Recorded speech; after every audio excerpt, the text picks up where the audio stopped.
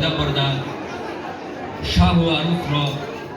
شخصا از نام خودم و از نام اهل خانواده اسماعیل بیکو به این روز نکو تبریک و شادباش گفته بهانه بخت نکو صحت سلامتی و در زندگی کامیابی و بردباری را تمنا دارم و از درگاه آن والا حضرت تمنا دارم که کشتی بختشان در این بحر پرتلاطم به کنار زندگی به یک ممانعه و سایل مراد و مقصد رسد و خواهان آنم که یکی از